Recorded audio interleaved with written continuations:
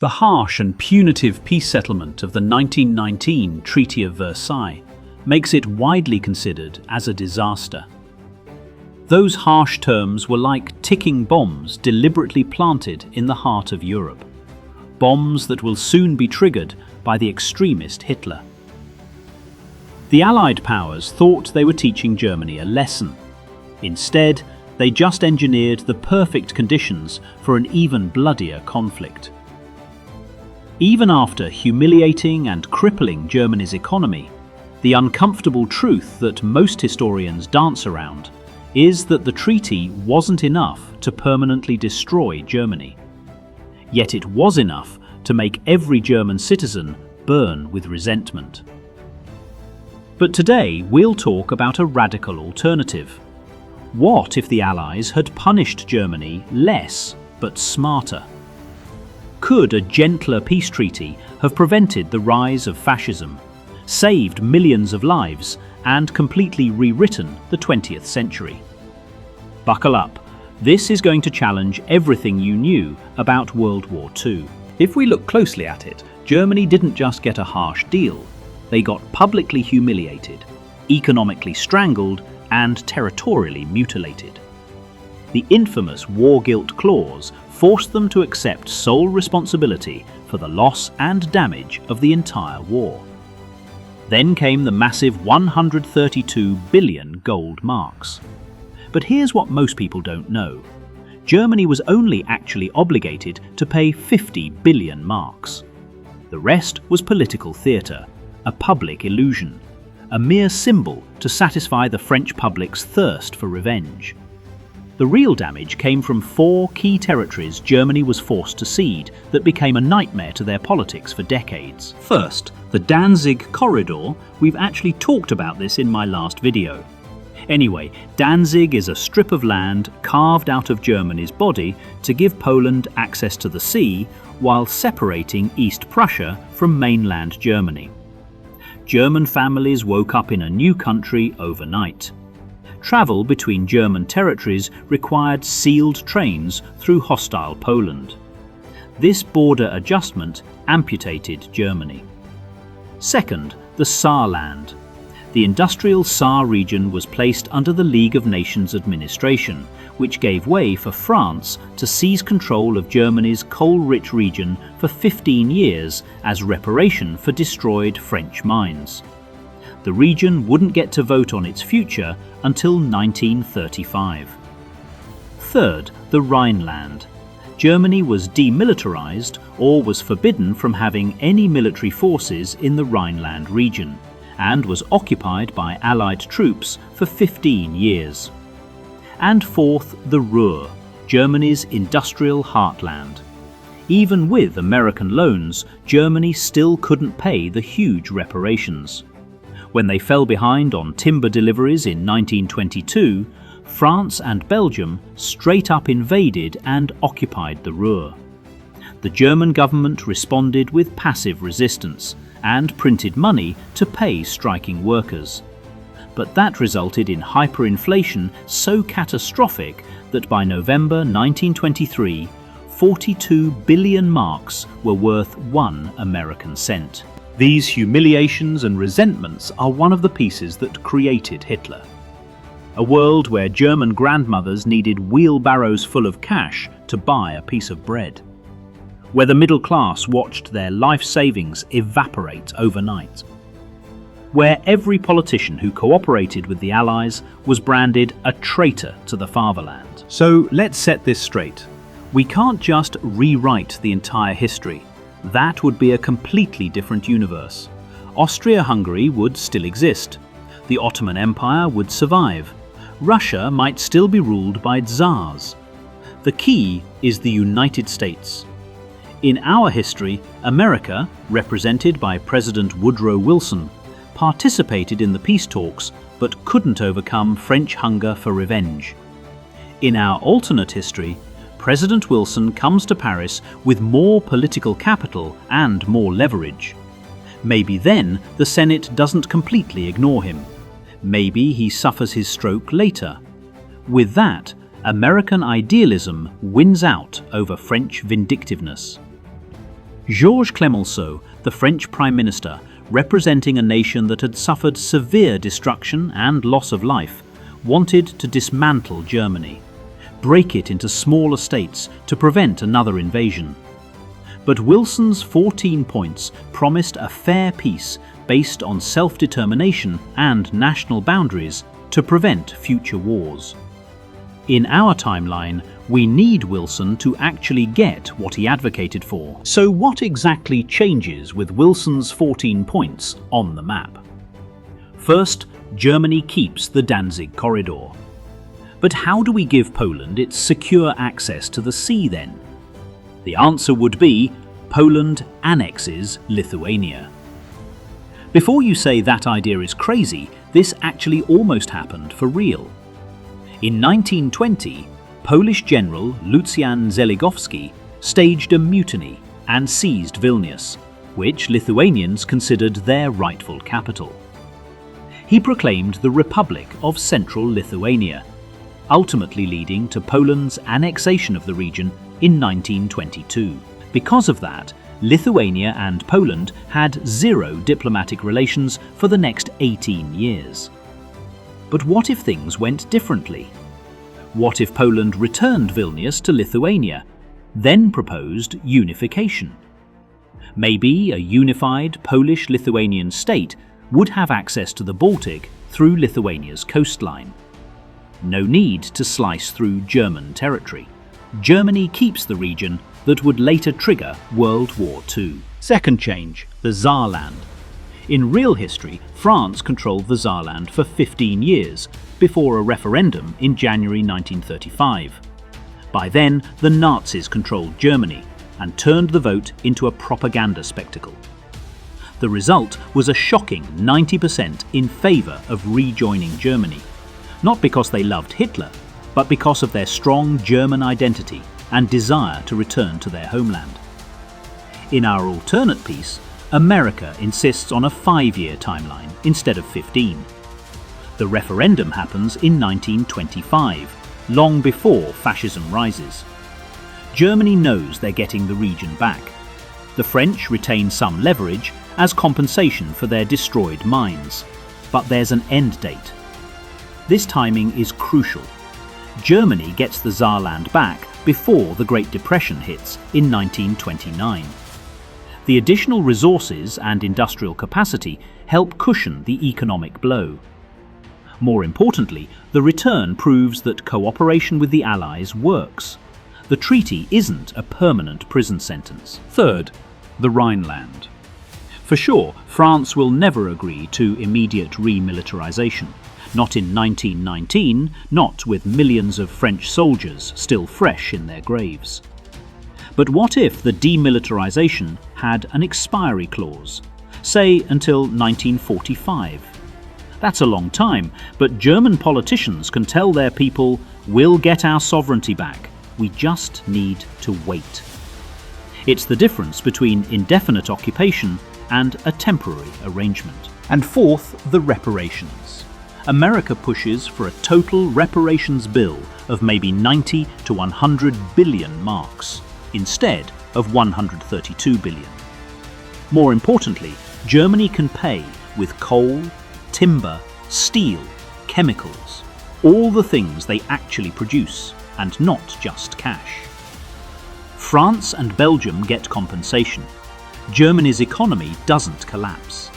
The Ruhr occupation and its resulting hyperinflation crisis was the moment Weimar democracy died in the eyes of many Germans. Remove that trauma and you remove one of Hitler's most powerful recruitment tools. With these changes in place, the Weimar Republic actually has a chance. Sure, the economy still struggles in the early 1920s, but there's no hyperinflation apocalypse. Middle-class savings didn't vanish overnight. The government doesn't look completely weak and incompetent. And the German government can point to this as proof that working within the system produces results. Still, extremist parties exist, but they lack their most powerful arguments. They'll lose the bitterness and resentment that supposedly would fuel support. Then comes the 1929 Great Depression that hits Germany like a freight train, just like in real history. American loans dry up. Unemployment skyrockets. This is the moment of maximum danger. If Germany is going to go fascist, it happens now. So the difference now is that Germany is in a slightly better economic position. The extremist parties gain ground, but they can't form a government. Not in 1933. The Austrian painter with the weird moustache remains a fringe figure, maybe spending more time in prison after his failed beer hall putsch. Without economic catastrophe, plus national humiliation, plus territorial dismemberment, he doesn't get his chance. So if Germany stays democratic, what happens to the rest of Europe? Benito Mussolini comes to power in a still fascist Italy in 1922 for reasons completely unrelated to German affairs. Italy's economy is a disaster, and they feel cheated by the peace settlement, and Benito's thugs provide the strong leadership that Italians are desperate for. But without a fascist Germany as a partner, Italy is diplomatically isolated. Without Germany, Italy's economy is weaker, their military adventures more difficult to sustain. Spain still has its civil war. The Spanish Republic was doomed by internal contradictions that had nothing to do with Germany. Franco's nationalist forces would still rebel in 1936. But here's the twist. Democratic Germany doesn't support either side. The Republicans get no German aid. Franco finds victory harder without German planes and advisors, but he probably still wins. On the other hand, Japan's rampage through China proceeds on schedule. The Marco Polo Bridge incident happens in 1937. The Second Sino-Japanese War begins, but with a critical difference. Democratic Germany maintains its pre-Nazi relationship with China. In real history, Weimar Germany had very strong ties with nationalist China in terms of military and economic cooperation, with Germany sending advisors and aiding industrialization. German weapons flow to Chiang Kai-shek's armies. France, no longer worried about a German threat, also increases support for China. So Japan's conquest stalls. Beijing and Nanjing still fall, but the Japanese advance crawls by 1939. Without a Nazi Germany, the ideological pressure shifts east. Stalin and the Soviet Union becomes the primary threat to European peace. And here's the thing about Uncle Joe. He's clearly an expansionist at heart. The Soviet Union was always going to push westward. In real history, the Molotov-Ribbentrop Pact allowed the Soviets to gobble up the Baltic states and half of Poland. Now, with Germany being a Western ally, this changes everything. Stalin still starts the Winter War against Finland in 1939. His strategic objectives there have nothing to do with Germany. But now Finland isn't alone. Democratic Germany sends aid. France and Britain, not worried about Germany, send volunteers. As a result, the Soviets take bigger casualties and gain less territory. Emboldened, Stalin pushes for more and demands that Romania cede Bessarabia. France and Germany, now security partners, tell him to back off. Stalin blinks and thinks he's not ready for war with a united Western Europe. But Stalin's hunger for expansion doesn't end here. Around 1943, when the Soviet Union has recovered from the purges and built up its military, he makes his move again. This time, the target is Poland. Here's the controversial part. There's still a World War II. It just starts differently. It was born from expansionism, not vengeance, a clear-cut case of communist aggression against democratic nations. The Soviet Union, in our timeline, 1943, manufactures a crisis in Lithuania by provoking a communist uprising. Polish troops intervene, and the very sneaky Stalin declares he's protecting Lithuanian independence and invades Poland. This is the moment World War II breaks out. When Soviet troops cross into Poland, Western alliance activates, with France, Britain, Germany, Romania and Finland. The Soviet Union stands largely alone, though they might get Yugoslavia and parts of Mongolia. The war proceeds very differently from our World War II. In Year 1, 1943, Soviet forces pushed deep into eastern Poland and East Prussia, reaching as far as Warsaw and Danzig. But this 1943 version of Poland has full Western backing. German, French and British forces deploy to the Eastern Front. The Soviets reach their high water mark and stall. Meanwhile, Mussolini makes a terrible decision. Seeing France distracted by the Soviet threat, he invades Yugoslavia and Greece. Italy crushes Yugoslavia in 2 to 3 months and absorbs chunks of it. But this overstretches Italian forces and makes Italy an international pariah. In years 2 and 3, 1944 to 1945, maybe by this time, Western allies push the Soviets back. Finland retakes lost territories. Romania regains Bessarabia. British bombers hit Soviet oil fields in Baku. Most critically, there's no Lend-Lease. So the Soviet Union is fighting alone against the combined industrial might of Western Europe. And by 1946, Stalin sues for peace. Soviet Union is forced to accept harsh terms. All Baltic states gain independence. Finland gains all of Karelia. Ukraine becomes independent. Caucasus nations gain independence. Belarus becomes a Polish puppet state. The Soviet sphere contracts dramatically. The war ends with 4, maybe 5 million dead, instead of 70 million. No Holocaust, because Hitler never gains power. No atomic bombs dropped on Japan, too. Europe in 1946 looks different. Germany has become a respected democracy and European leader. They are allies with France, not enemies. Democratic systems survive and strengthen across Europe, as the Soviet Union is contained and weakened. In Asia, without Western Europe consumed by a German war, more resources flow to China. By 1945, Chinese forces, aided by Western advisors and equipment, push weakened Japan back to Korea. An armistice is signed. No peace treaty, just like the Korean War in our timeline. The Chinese Communist Party, without Soviet support because Stalin is too busy with his own disasters, withers. The Kuomintang unifies China under a nationalist government. The United States still emerges as the world's superpower, but through loans and diplomacy rather than military intervention. There's still a Cold War, but it's between democratic powers and the Soviet Union, not between superpowers with nuclear arsenals that can end civilization. By the late 1940s, Italy eventually gets squashed.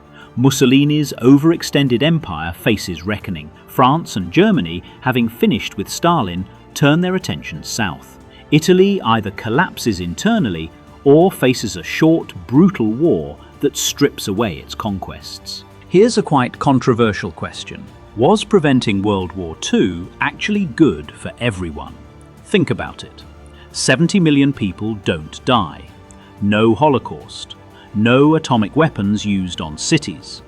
No Cold War nuclear brinkmanship. European democracy survives and thrives. But what about the counter-arguments? Many technological advances came from World War II urgency.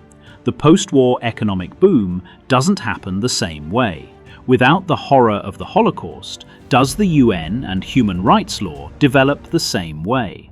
Without extreme examples of fascism, does racism fade as quickly? Well, preventing World War II would have been better. The human cost of that war cannot be justified by any silver lining. The idea that we needed the Holocaust to learn the importance of human rights is obscene. This alternate history still uncovers an uncomfortable truth. World War II wasn't inevitable. The rise of Hitler wasn't some mysterious force of nature. It was the direct result of specific political choices during 1919, the Treaty of Versailles, that failed because it satisfied no one. The treaty is punitive enough to breed hatred, but not comprehensive enough to prevent rearmament. The lesson we should try to comprehend is that you have two choices when you defeat an enemy: completely destroy them as a political entity, or integrate them back into the international community with dignity. Half measures breed resentment and future wars. Europe learned this lesson the hard way. That's why West Germany was welcomed back into Europe,